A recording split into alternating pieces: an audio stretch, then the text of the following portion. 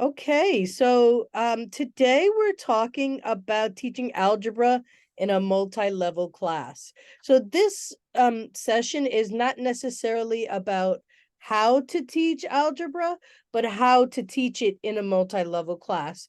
And so as I go through the session, you'll see that we talk a lot about what skills are needed to meet the demands of an algebra problem or an algebra situation.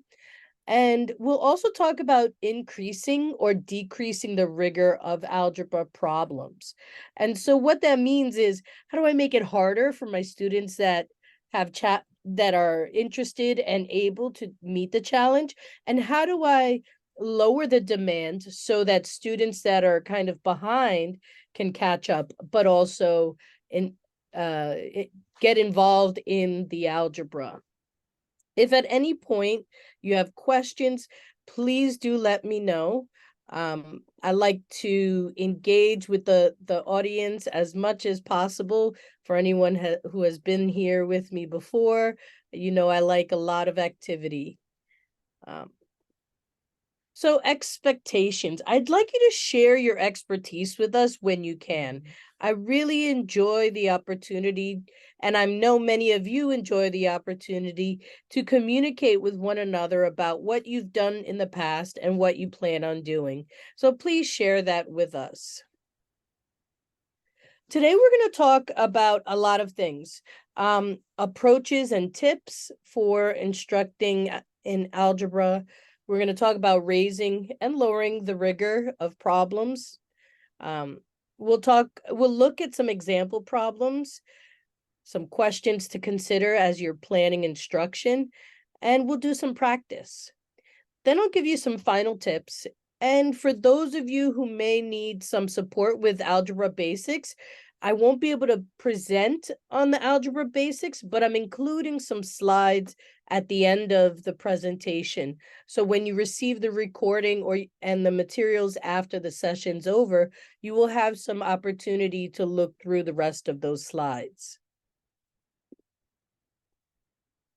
So the main approach for teaching algebra in a multi-level class, for me at least, is determining what the skills are, right? When I pull out a math book or a math problem, I want to identify what the skills the students are going to use in that math problem. And then I have to consider what level is most appropriate for this task. What student level? Is it really for beginners or is it for more advanced students? And then ultimately, how can I make it more challenging for students that are ready? And how can you lower the skill level for students that are not so ready? So this is how I approach teaching algebra.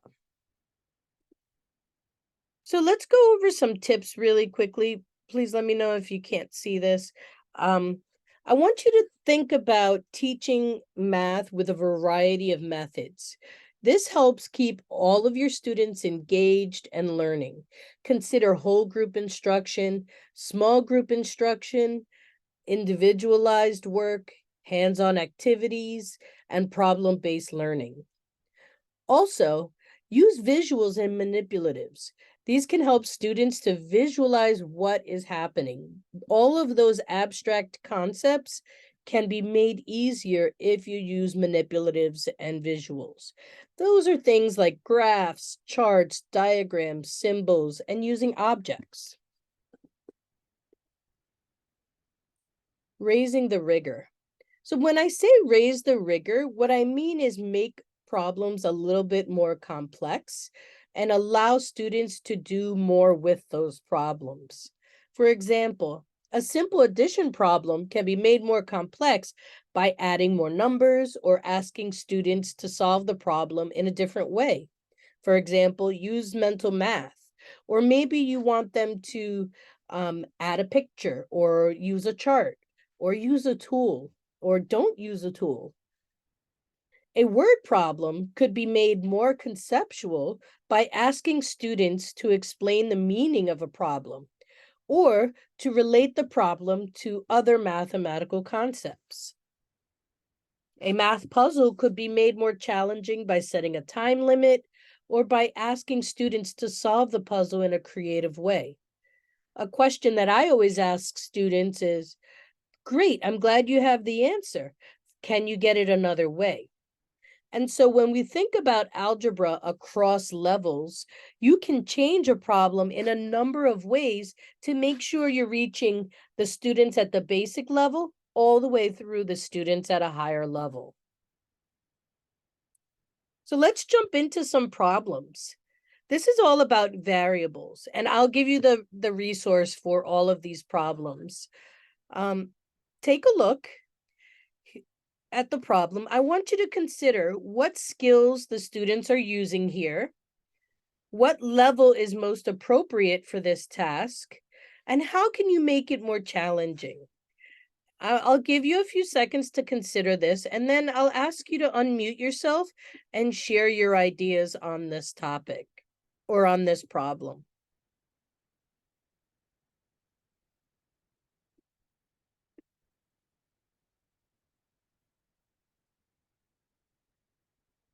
So let's start with Cindy. Take a look at this problem. What skills are students using here? That's funny, Maribel, because me and my students had just started talking about critical thinking. Critical thinking. Tell me more. So with my learners, even now,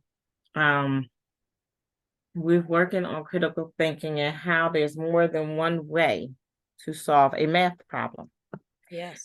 I think students are now stuck in this mindset that there's only one way to solve a problem. And so we did probability, actually. We're doing probabilities right now in the class.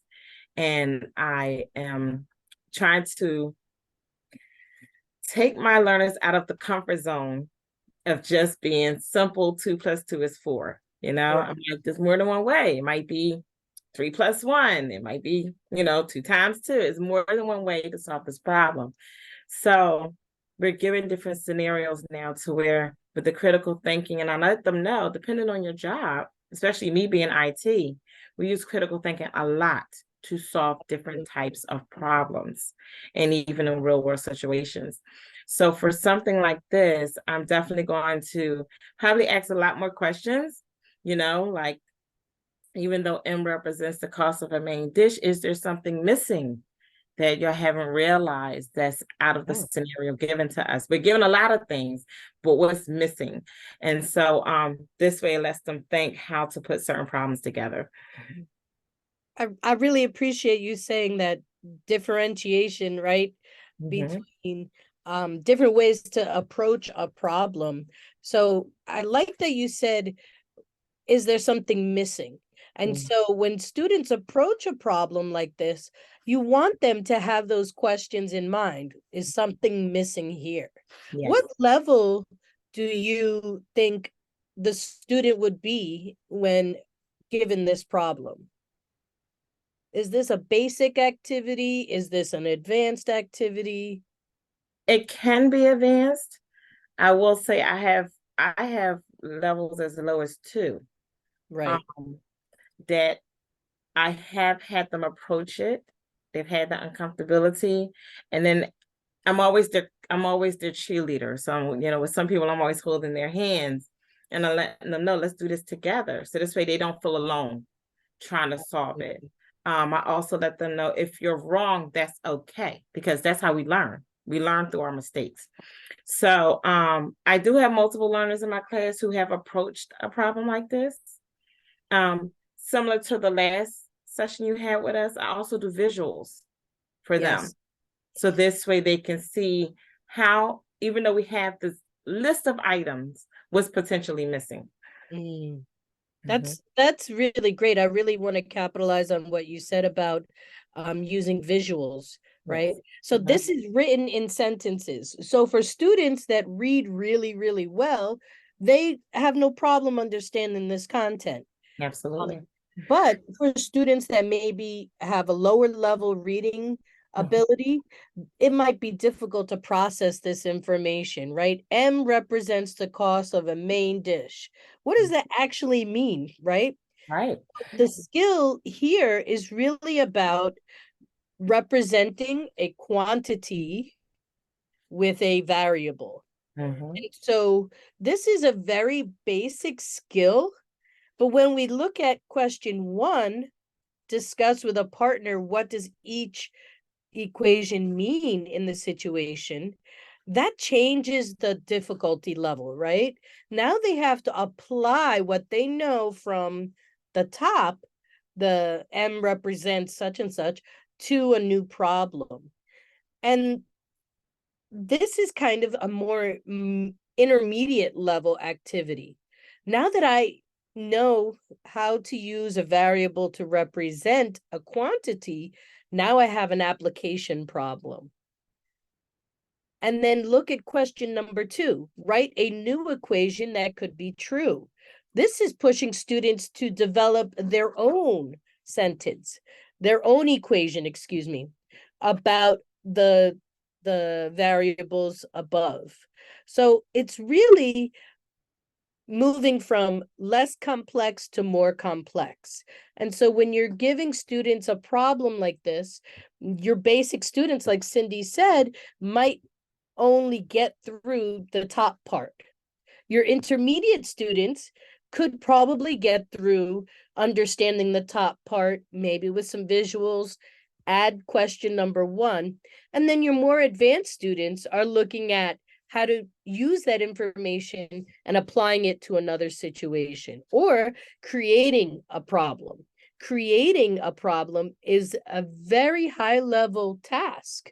Many students don't get to that level. And when we're teaching algebra in a class that has a variety of skill levels, it's important to provide opportunities for all level students to have access to this content about variables. Are there any questions with, with this problem in particular?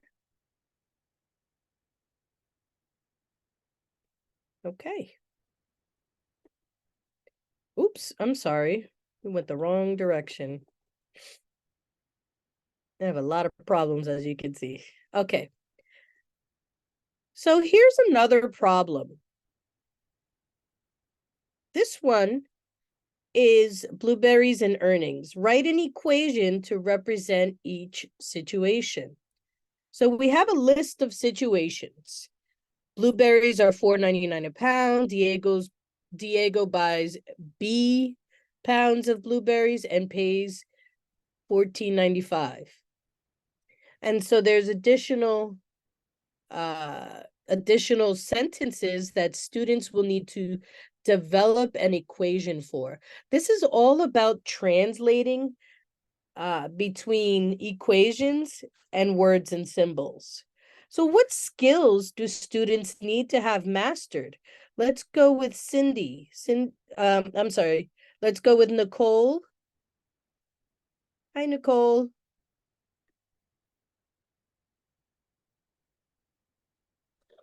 Hi, I'm sorry, I'm muted. Tell me a little bit about what you think students will need to have mastered before completing this task. I'm sorry, I can barely hear you trying to, because it's actually on my phone. Okay. So this is it's about writing an equation to represent situation. So what information do they need to know in order to do those tasks? Well, what I have seen and have been teaching, I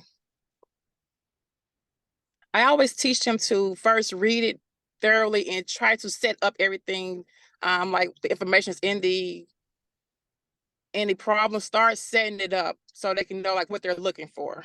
Yes, set it up. That's a great point. They have to be able to set it up before they know what to do with those numbers, right? Exactly, yes. And so that's exactly what this is about. They need to know also what a variable is, right? And so you see that the activity before, we're building upon that activity. Now that they know what variables are for and how to use them, now they can set up a problem that represents each of those situations. What problems might people have if they make a mistake? What kind of mistakes might they do here? Um,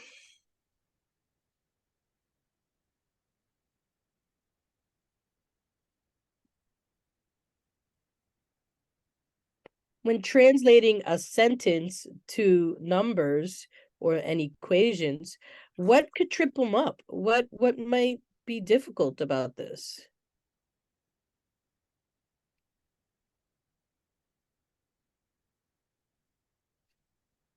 well, actually, so by saying like it's giving you the number of pounds and then the amount per pound, they could throw them off if Yeah. they're not Yeah, careful when they're reading it and trying to I know you have a understand what tiny they're reading. screen. Yeah, they can confuse these amounts, right? Yes. $4.99 a pound, but how does that equal B? And how do I get information to get $14.95 a pound? So really translating numbers to an equation can trip students up and really prevent them from moving forward and answering the question. Thank you for sharing that. Any other ideas around this? When students have difficulty translating numbers and words, I think what Nicole said was really important. They have to break it down into pieces.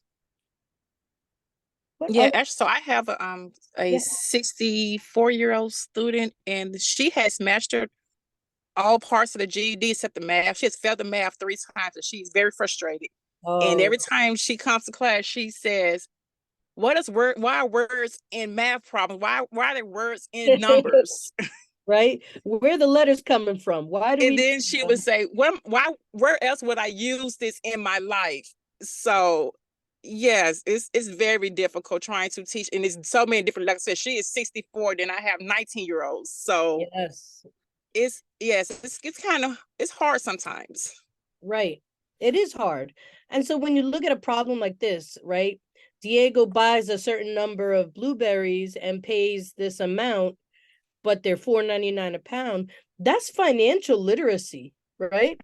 And so when you use real life kind of activities, it really does help students. Here, the student really needs to know that multiplication, right? That $4.99 times some number will give me $14.95. And so as you see, further and further and further down, the questions get a little bit more difficult and more complex. So when you prepare activities for your students, you really want to consider what skills they need to master before doing these activities and anticipate the problem areas. So with this example, you know that they're going to have difficulty translating this. So what are things that you might do?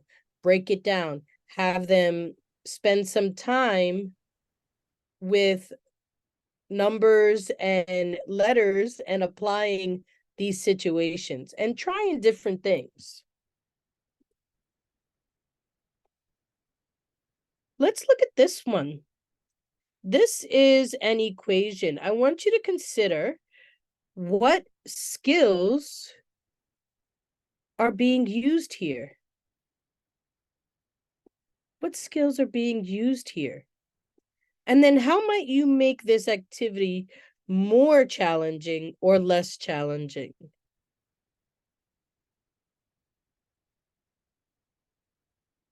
Nancy Graff, are you there? Yeah, I'm still kind of trying to figure out how to translate this mathematically. Right, let's work it out together. So byte equal 27, okay.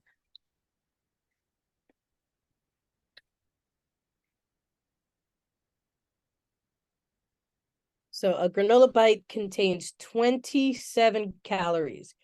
Most of the calories come from C grams of carbohydrates. Uh-huh. The rest come from other ingredients. 1 gram of carbohydrates contain 4 calories. The equation, so this problem gives us the equation. 4C plus 5 equals Mhm. 27, Mhm. represents the relationship between the quantities. So they've done the step of already setting the equation up for the students. And like, let's look at the questions. What could the 5 represent in this situation? Number 2 says, Priya said neither 8 nor 3 could be the solution to the equation. Explain why she's correct. Find the solution to the equation. All right. What skills are needed to figure out what the 5 is? What skills are needed to So answer? basically, they're giving us the equation to work with to Yes. find C, but I'm wondering why we don't have the grams of a granola bite. That's all. So I'm trying to take a step back and take it and not, because again, calories, when you look at the back of like a packet, you've got calories of carbs, fats, and proteins. And so I'm just trying to appreciate that the equation we want to work with is the 4C plus 5 equals 27. Yes. And not think too much, okay, if we've got a gram of carbs, how many grams is the quote granola bite? And Right. shouldn't care about that. So I'm trying to not make it harder in my head. Right. I get that. And so I want to validate that you're having that difficulty, or rather, I don't want to say difficulty. You're being challenged here to understand why they're using this equation. And that's exactly what our students go through, right? They look at this equation and they're like, oh my gosh, there's so much content here. So breaking it down like this problem does helps them to identify different pieces of information. What I might do is take the opportunity to say, okay, a granola bite contains 27 calories. I might write the words directly underneath, calories, right? And then most of the calories come from C grams of carbohydrates. So the C represents the carbohydrates. The rest comes from other ingredients. So the rest is a number that we don't know, right? Here, 1 gram of carbohydrates contains 4 calories. So I would identify what each of these numbers mean from the problem here. And are we comfortable with the fact that we're going to be in fractions or decimals for the answer? Yeah. Okay. Yeah, that's fine. What could 5 represent in this situation? This is a great opportunity for us to think about what these words mean in relation to the numbers. It could mean the rest of the ingredients, right? There could be 5 other ingredients. And so let's figure this out. Let's subtract 5 from here. But isn't it 5 calories? Isn't that the unit that we're working in then? A granola bar, yeah, but that comes from the rest of the ingredients. So the 5 represents the calories from the Okay. rest of the ingredients. Okay. And 4 times C, that's the number of calories, Mhm. will give us the total number. So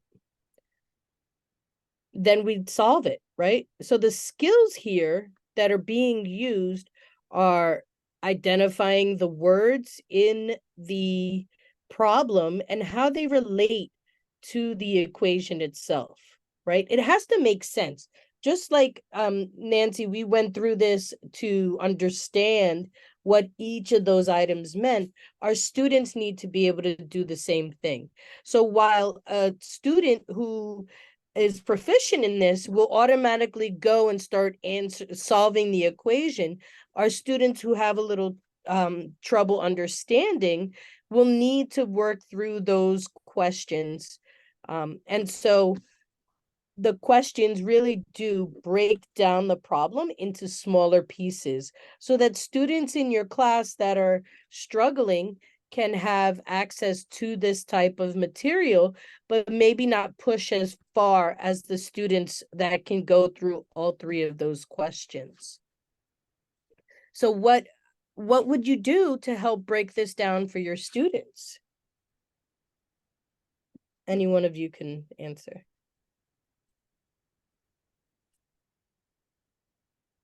What would you do to break this down?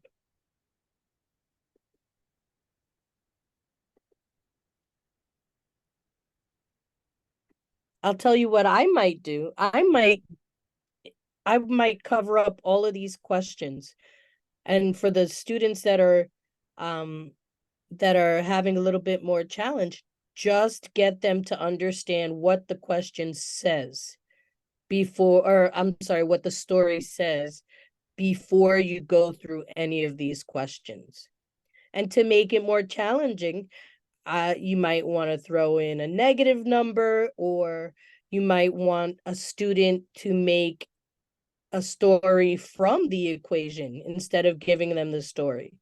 And so, again, addressing multiple levels in your class, you can use one problem that really connects students at all levels to an algebraic concept. Any questions about equations and what you could do to support students?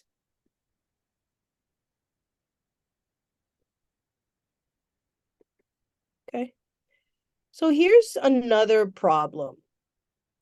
Here I want you to think about what it might look like if a student is struggling.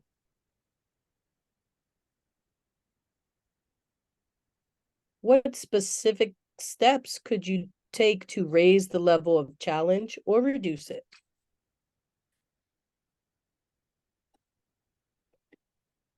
Hi, Nancy Lawrence Hill. I see you down there. Hi.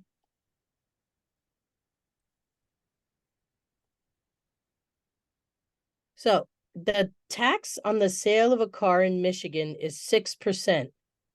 At a dealership in Ann Arbor, a car purchase also involves $120 in miscellaneous charges. There are several quantities in this situation: the original car price, the sales tax, miscellaneous charges, and total price. Write an equation to describe the relationship between all the quantities. What are the skills here? They have to write an equation. They have to write an equation relating all of these quantities, right? As you can see, it says the original car price is $9,500. Then they say the original car price is $14,699. The total price is, and the original price is P. How would each equation you wrote change if the tax on the car sale is R% and the miscellaneous charges are M dollars? So again, with this problem, our students are starting out trying to translate words and numbers into an equation. Again, for students who are starting at the beginning, it's about figuring out how to replace those numbers and words with letters and numbers, and then some symbols, right? So the original car price, they might assign a variable. They might assign a shape to represent it. All of those things are ways that students can approach this algebraic expression. So we can use P. Original price is P. For A, we might say P equals 9,500. The original car price is 14,699. P equals 14,699. We know that there's a miscellaneous charge for $120. Where does that come in?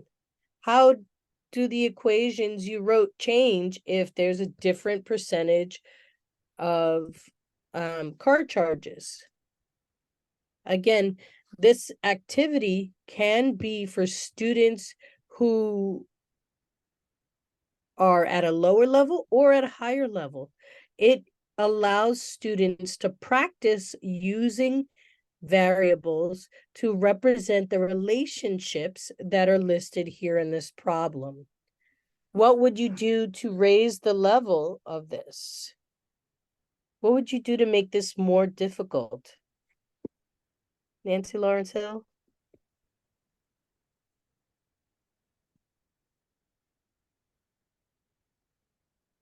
Well, I mean, I think that D is a good level of difficulty. Yeah. For me, looking at it, it's kind of hard to tell what they're asking to do, Right. actually. But once I figured it out, I like that kind of scaffolding, I think it might be called, where you start with a price, and because that's something that they can probably all handle, or relate to. So you're starting with something specific and then moving toward the variable. Mm. And then I like that what would happen if you change the tax rate? What would change if you change those extra charges, that kind of thing? I guess you could make it so that if you needed to make it a bit harder, you could ask them, what's the maximum amount you could, your original price could be if you had this much to spend, that kind of thing. That's a great way to make it a little bit more challenging, right? And what would you do to make it a little less challenging for students? We'll break it up so they're just figuring out the tax Yeah, and then add on the extra, exactly. And so this problem can be accessible by all levels of students, right? Or something similar. We can break this down even so. Number one says there are several quantities. We can reduce the amount of quantities that we're relating to this topic or not, or to the story that's involved here. We can do several things to make sure this content is level appropriate. And so when you have students in your class that are ready, willing, and able to go ahead and do this, and can get through all the way to number 2, that's great. But occasionally we have students that need scaffolds, like you said. Break it down a little bit, support them in identifying a way to relate each of these prices and write an equation. They might not get to number 2, and that's okay, because we're all teaching adults, and sometimes we have students that are flying through class. But the problem, the thing that we need to keep in mind is that we have to make algebra accessible to all of our levels. Thank you so much for sharing your expertise. Let's look at this one. This is an XY table, an in-out table. They call them lots of different things. What strategies, and speaking of scaffolds, what strategies or scaffolds might be used here? We have a table of values. The two quantities are X and Y. What are some strategies you could use to find the relationship between X and Y? David, what are you thinking?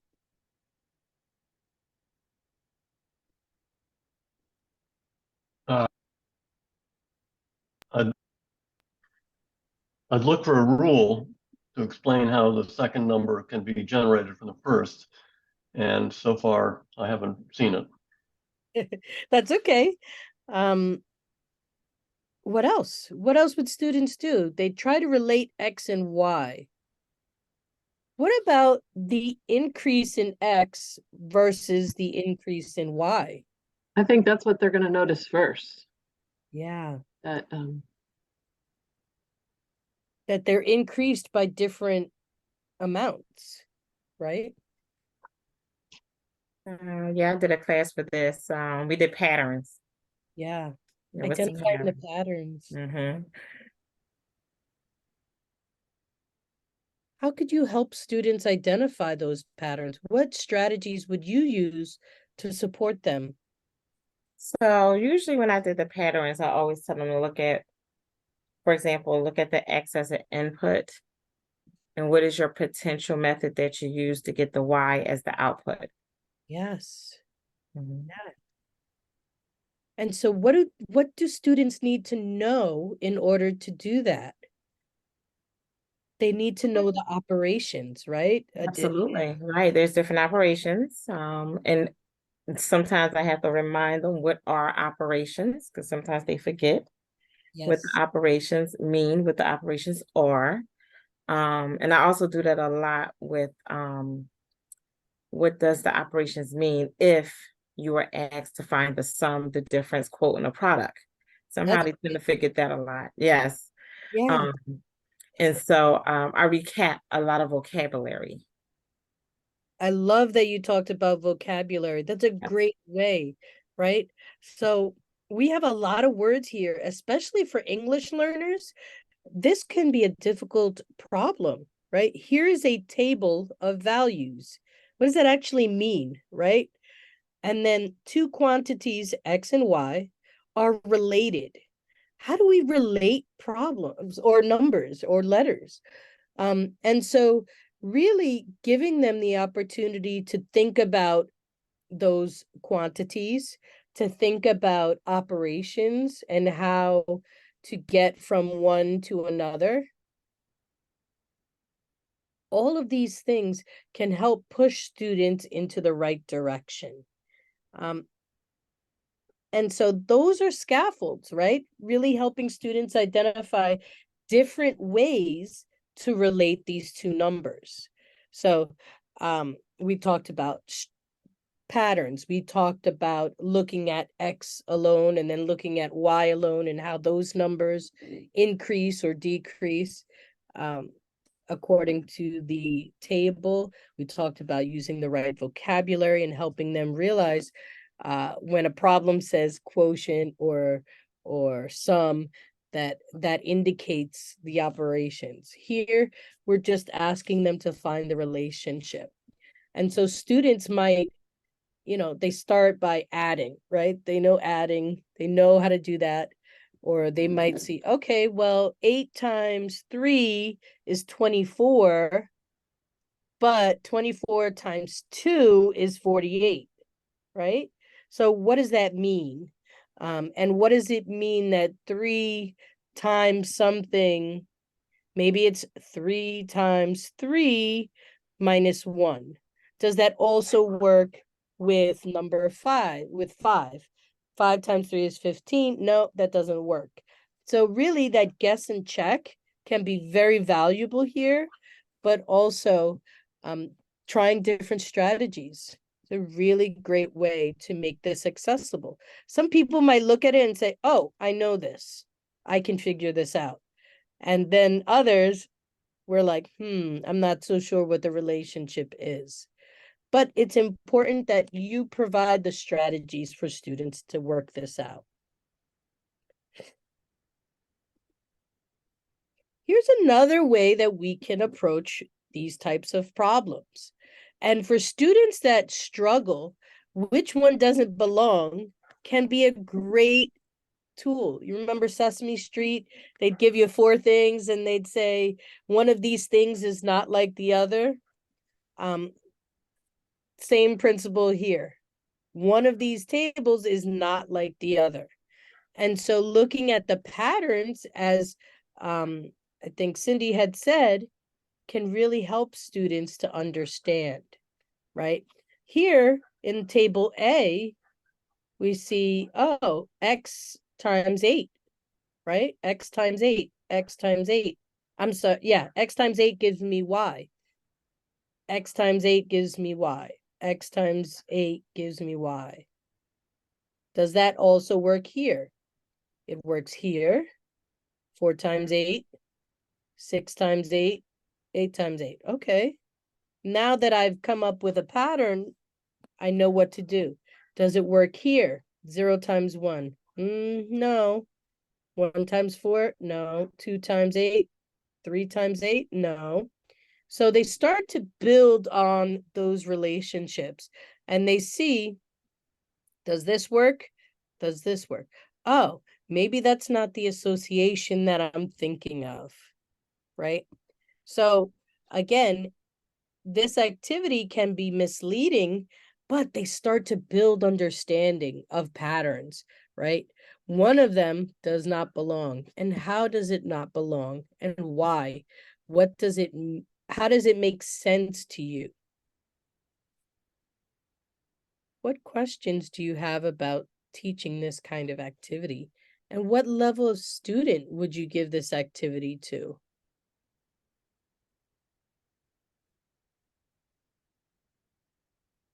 And what can you do to make this activity more challenging or less challenging?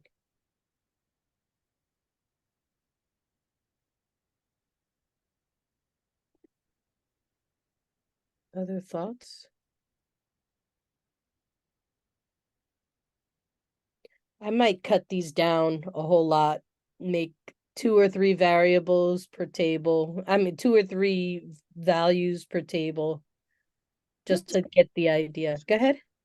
If you taught something like this to younger kids, we used to do this, I know this is adults, I forgot, oh, never mind.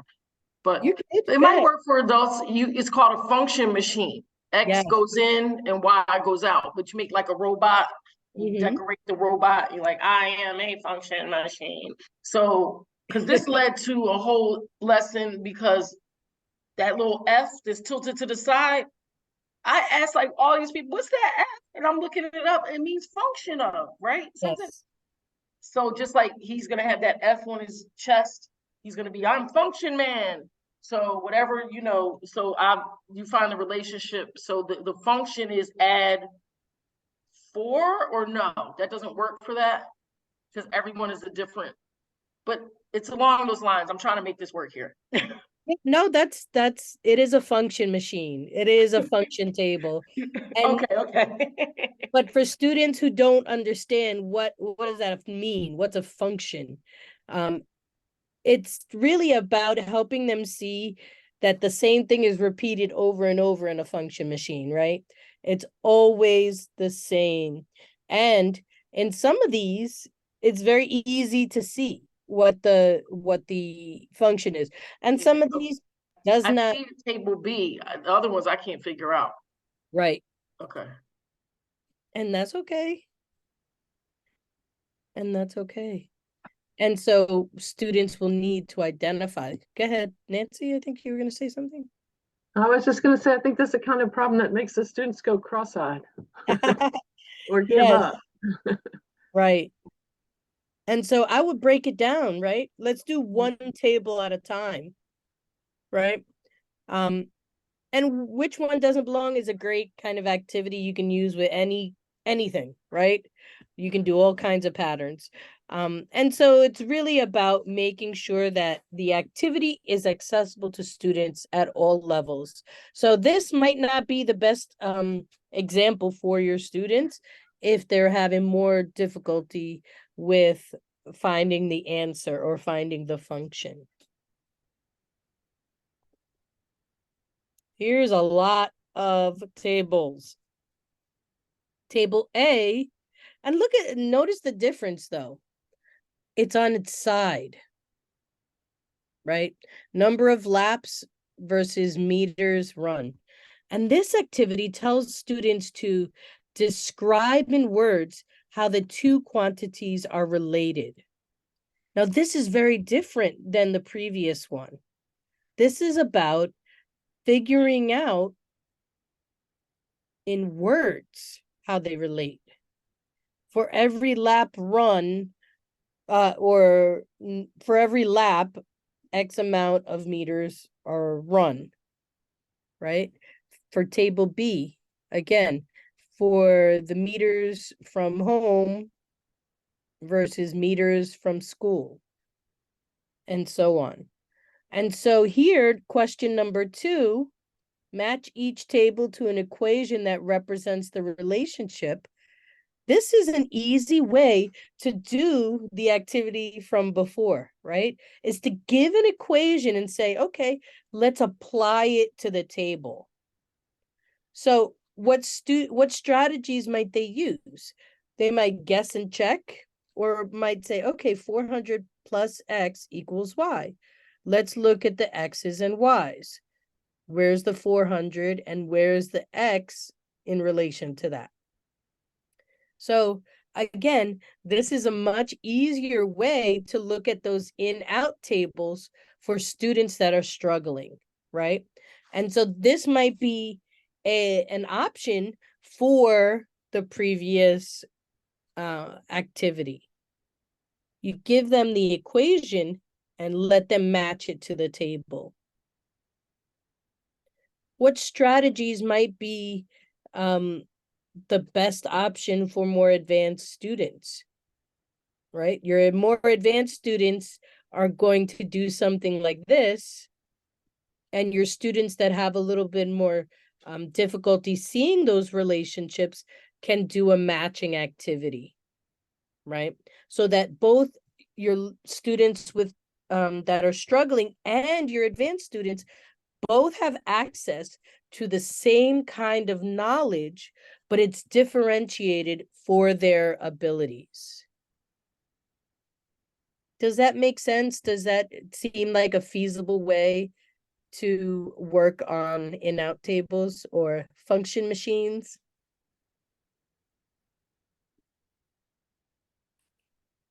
Okay. Let's step a little bit further into functions. Which of these questions would be most appropriate for your students, and how do you decide? So there's 4 questions here. Ooh, I have a... Okay. Oops. So the relationship between the amount of time a car is parked in hours and the cost of parking in dollars can be described with a function. Identify the independent variable and the dependent variable in this function. Describe the function with a sentence of the form blank is a function of blank. And then suppose it costs $3 per hour to park with a maximum cost of 12. Sketch a possible graph of this function. Be sure to label the axes. And then number 4 says, identify one point on the graph and explain its meaning in the situation. Now, think about your students. Which of these questions would be best for your level students?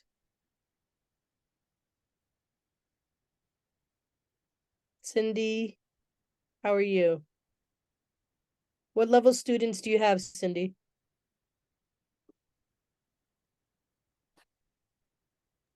I'm sorry, in the middle of responding to Carolyn, I have all level students. I'm like the head math, so I do all levels. All right. Yes, but with this particular problem,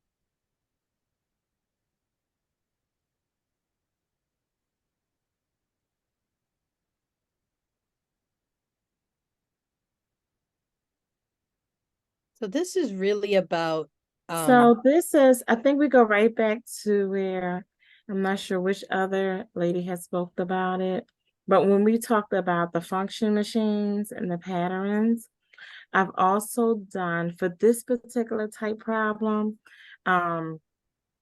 if it was a different type of actual functioning machine where we actually, for this particular problem, I would have my students set up a table. So this way they can identify which is the independent versus the dependent variable and how the relationship is connected. excellent. I love that idea. Step back from the graph and Yeah. start with the table. Right. That's a great way to address this so that they can do number 1, right? Right. Mm-hmm. And then number 2, I might push a little bit further, right? Yes. Describe it with a sentence. Mm-hmm. Of course, that can be difficult as well. Which one changes as a result of the other one, Absolutely. Mm-hmm. right? What about number 3? What level student would you use this for?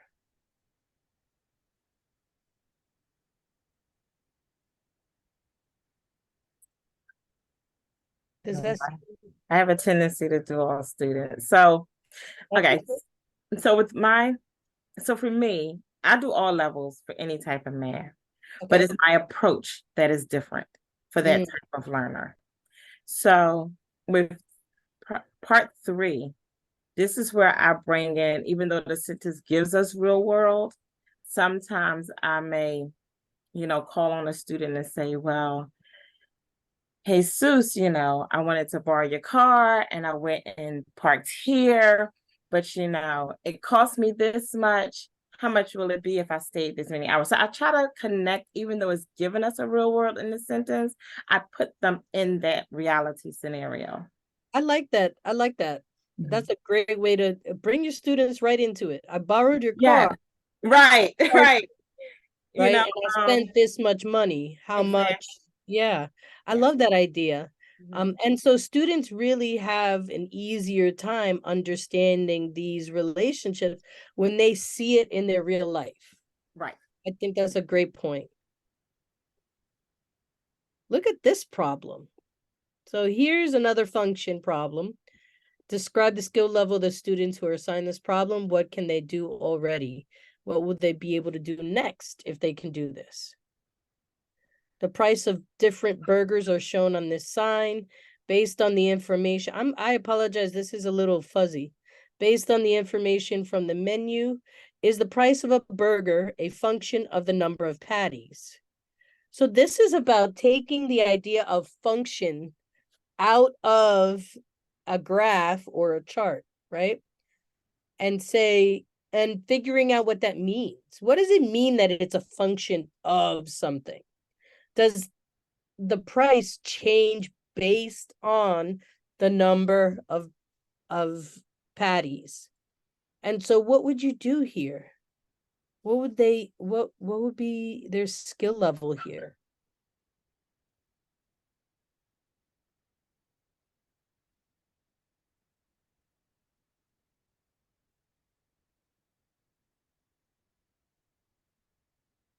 Big Island, 4 patties. That's a lot of meat. That's a lot of burger. So this is really about pulling the numbers out of that function table, like I said, and deciding, does the price go up based on the number of patties? And then putting these numbers into a chart and saying, what's the relationship of patty to price? Does it change because of cheese? Does it change just because of the patty or both? Right? And so explaining reasoning is a really hard topic for students. And so when we do activities like this, we want to break it down. This might be a really good activity for groups to think through this alone. I might even bring manipulatives and have students say, okay, this is one cheeseburger and here's one slice, and associate some values to those manipulatives. It's a really great opportunity for people to practice their reasoning skills and to practice their critical thinking. So in the interest of time, I'm going to move forward because we are getting kind of late in the day to consider when you're doing these algebraic problems. I want you to think about skills students need to have mastered before completing the problem. I want you to anticipate problem areas. Where do you think students might struggle? Think about what the evidence might be if you see a student struggling. What steps would you take to raise the level of challenge for students? And how might you make the activity more or less challenging? Think about the strategies that students use. How might you scaffold the process? We talked about that. What strategies might be more advanced? What strategies might more advanced students use? versus the beginner students. So here's an example, a practice example. How do you make an activity from this prompt and divide it into 3 or 4 chunks? What are the skills needed to complete each chunk?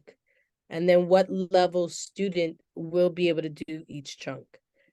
So we're not going to be able to practice today, but Jada has time on the weekends to earn some money. A local bookstore is looking for someone to help sort books and will pay $12.20 an hour. To get to and from the bookstore on a workday, however, Jada would have to spend $7.15 on bus fare. So I might ask a question like, is it worth working a shorter amount of time? How many hours make it worth it, right? It's a great way for students to see the value of time, right? Because as they are working, they also have to figure out, is it worth it? So I would break this down for students first to figure out how much I'm going to have to pay going back and forth, and then relate it back to how much is being earned. And each student might have a different answer. I think students at all levels can do an activity like this. Let's look at another example. Here's another one of those in-out charts, right? Functions. List 3 activities you can do to make this more rigorous. Here, it's a notice and wonder activity, right? Use technology to complete the table for the next 10 years based on the 2 plans for expanding its chain stores. And plan A is they open it 20 new stores every year. So the student would fill that in, and then they'd make a notice and wonder statement. What do you notice about the difference from year to year? It's a really easy way for them to verbalize the relationship between the change in year versus the change in number of stores, right? And then the questions really help identify those changes. And then you can push students towards making an equation about these quantities.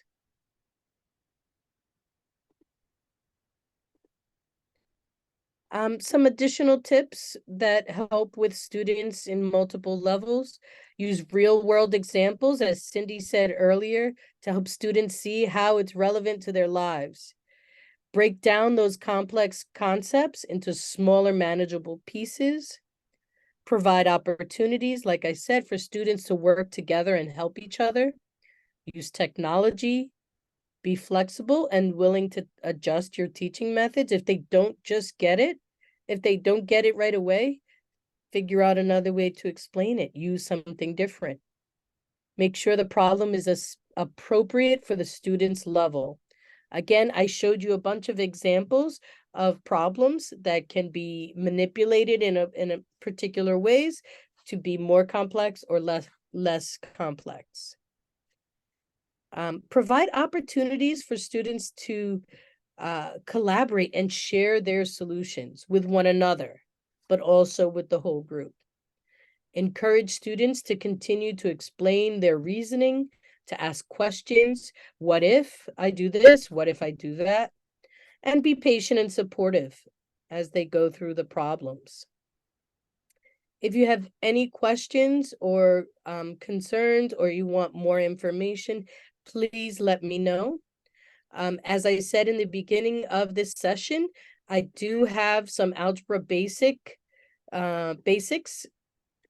slides at the end of this presentation, and you'll be able to see them when the content is sent to you, talking about solving equations and linear equations, some basics. So I hope this was helpful for you to think about how to address multiple levels in your algebra class, in your math class. I hope you get some time to look at some problems with your students in different ways. And let me know if you have any questions. Thank you for participating today.